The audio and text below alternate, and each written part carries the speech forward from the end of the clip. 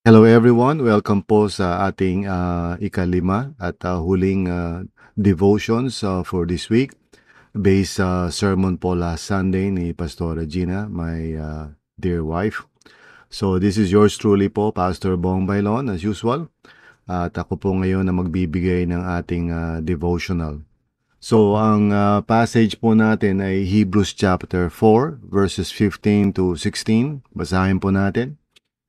For we do not have a high priest who is unable to empathize with our weaknesses, but we have one who has been tempted in every way, just as we are, yet he did not sin. Let us then approach God's throne of grace with confidence, so that we may receive mercy and find grace to help us in our time of need.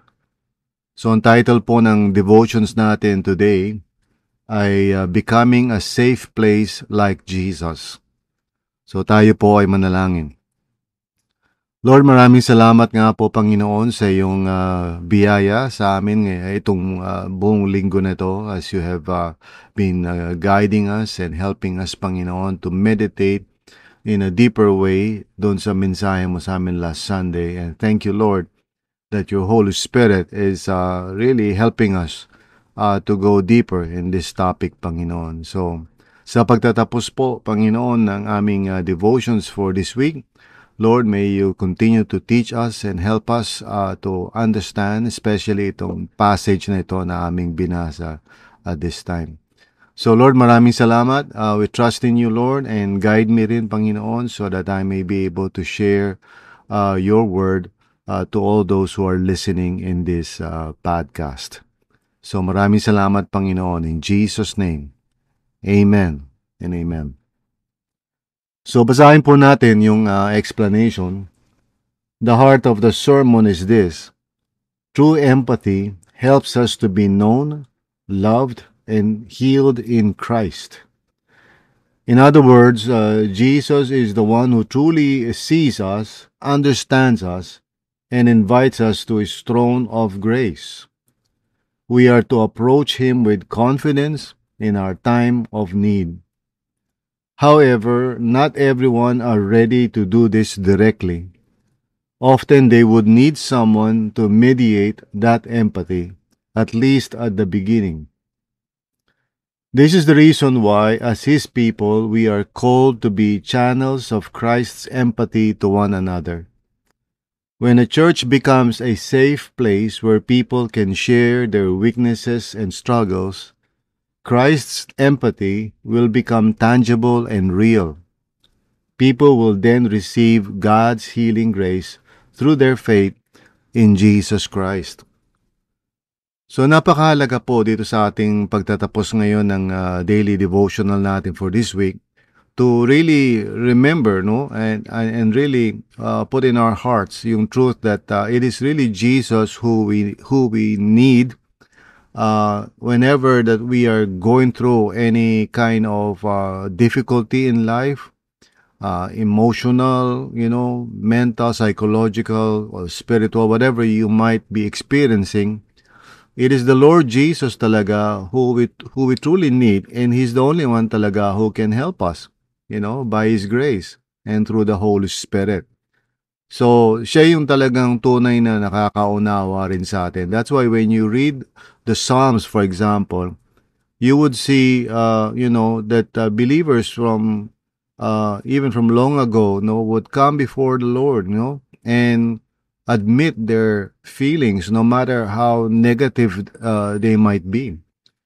And in Christ Jesus, yun din na makikita natin in the New Testament. People would be honest and they would, come before Him with all their vulnerabilities.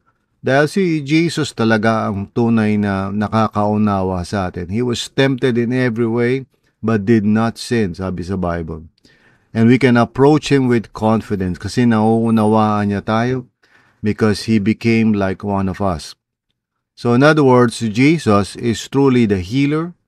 He is the one who can give us empathy, in our time of siguro kapag meron tayong very harsh inner critic putting us into shame or guilt dahil sa mga weaknesses natin and struggles natin.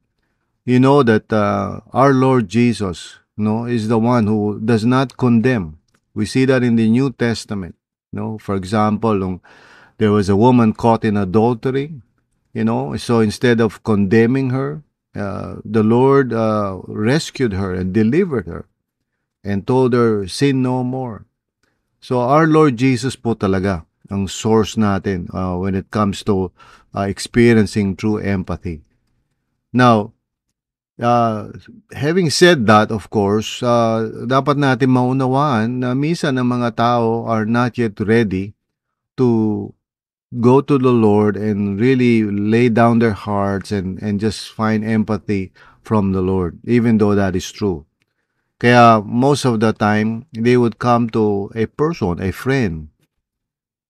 And so therefore, tayo po in the church should really be a safe place for people to open up, to admit their guilt, their shame, their confusion. And we are not to judge them, but to show empathy to them as Christ would if He was there, in our place. So sa madaling salita, instead of, being a source of condemnation or criticism or judgment, nawa tayo po can become the ambassadors of Christ to one another, communicating His empathy, His compassion to one another. Kasi through that, people can really experience in a tangible way, the empathy and the love and kindness of Christ. Now, of course, ultimately, we want to lead them to the Lord kasi the Lord is the one who can truly empathize with them and heal them.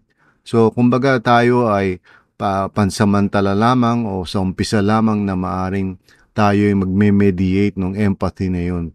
But let's not underestimate that because that's an important role on our part. Kaya in the church po, napakahalaga, lalo na sa RLCC, that we show empathy to one another.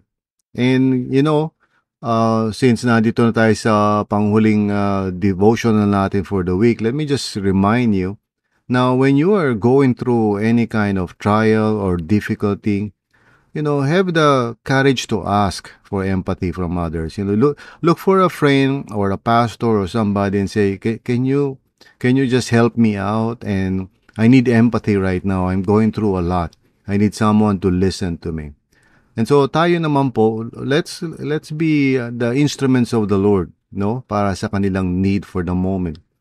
My recommendation is kapag tayo po ay nakikinig sa sinumang tao na nag-go through ng kahit anong difficulty, alam nyo, one of the things that I do, and I hope it would be something that I can do all the time because sometimes I forget. Pero the more I realize that I need to do it, and that is to simply light a candle just to remind kaming kung nag-uusap ang dalawang tao or whatever na, the Lord is here. He is the one who can truly give us empathy.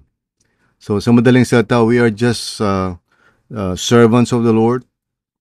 We are just instruments of Christ to mediate that empathy, but ultimately it is the Lord, no? So nawa sa RLCC, let us do that. Huwag po tayong mag-judge o mag-criticize sa isa't isa. Lalo-lalo na kapag nadadown ng isang tao. Magkaroon tayo ng compassion and love and kindness, no? At i-affirm natin at i-attune natin ang sarili natin sa nararamdaman ng tao. And that means just being able to say, for example, yung pag merong tao nagsasabi na ganito nararamdaman ko, we can just simply say, I hear you, I understand you, and I can see how difficult this is for you. Just the simple acknowledgement, and maybe we can just say, you know what, it's hard if I am in your situation. Hindi biro yung pinagdaraanan mo. So say things like that to one another. And in this way, we become mediators of the empathy of Christ toward them. Now again, ang goal natin is not for these people to rely on us, to trust sa atin as if tayo yung magbibigay sa kanila ng true empathy. We're just mediating the empathy of Christ to one another. So we want to point them to the Lord, no? Whatever it is na masasabi natin o gagawin natin during such soul talks, paalala lang natin sa isa't isa. It is the Lord Jesus talaga who can empathize with us and show us kindness and compassion, and more importantly, yung to give us the grace that we need, no, sa pinagdaraanan natin. Amen? So, for this week, yan po ang gusto kong matutunan natin lahat. Let us become a safe place like Jesus and for His glory and for His namesake sa isa't isa in the church, especially in RLCC. Ipakita po natin yung ganong kindness. So, kung kayo po yung dumadaan sa pagsubok, just ask. Just ask a friend, one of the pastoral staff, sabihin nyo lang, I just need someone to listen to me. Para, mapakinggan din kayo. At kung kayo naman yung nilapitan, nung sino man, let's say sabihin, may nagsabi sa inyo, can you give me empathy and help me to process my feelings, my thoughts? Kung tayo ang sinabihan ng gano'n, then sabihin natin, yes, of course, And then light up a candle and remind each other that it is Jesus alone who can truly heal us and deliver us in time of need. Amen? So magiging instrumento lang tayo ng Panginoon sa isa't isa. Nawa maalala po natin ito at ating isapuso at isabuhay itong bagay na to, for this week. Kaya reflection po natin is this, what is one simple way you can help others experience Christ's empathy through you? Maybe sa family ninyo, instead of always parang pinapagalitan natin ang mga tao sa kanilang mga shortcomings, or parang sinesermonan lagi natin ang mga tao, maybe it's time for us to just listen and ask the person na whatever it is na nangyayari, just it's sabihin lang natin, it seems like parang you are bothered by something. I'm here to listen. So, iwasan na po natin yung pagdating sa pamilya, madali po tayong pagagalitan natin ng mga anak o isa't isa o asawa, or sa church, bakit naman kasi ganyan? Let's avoid those kinds of parang dialogue. Let's listen and show empathy, because that is what Christ would do if He was in our situation. And so let us become ambassadors of Christ to one another. Amen? So tayo po ay manalangin. Lord, maraming salamat nga po, Panginoon, na You are our true Lord and healer. You are the one who empathizes with us, who understands our weaknesses, who can really help us in our time of need. Pero Lord, at the same time, we realize that a lot of people really need someone first to talk to, so that they can use that opportunity as a stepping stone to really come to You, O Lord, and find empathy in their time of need. So nawa maging instrument mo kami, Panginoon, of grace and love sa isa't isa. At nawa sa mga pamilya, Panginoon, ay iwasan na ang mga sermonan, iwasan na ang pinapagalitan ng isa't isa sa mga shortcomings and weaknesses. Instead, nawa, Lord, matuto kami ito. Show empathy at home, sa church, sa life group, kahit saan.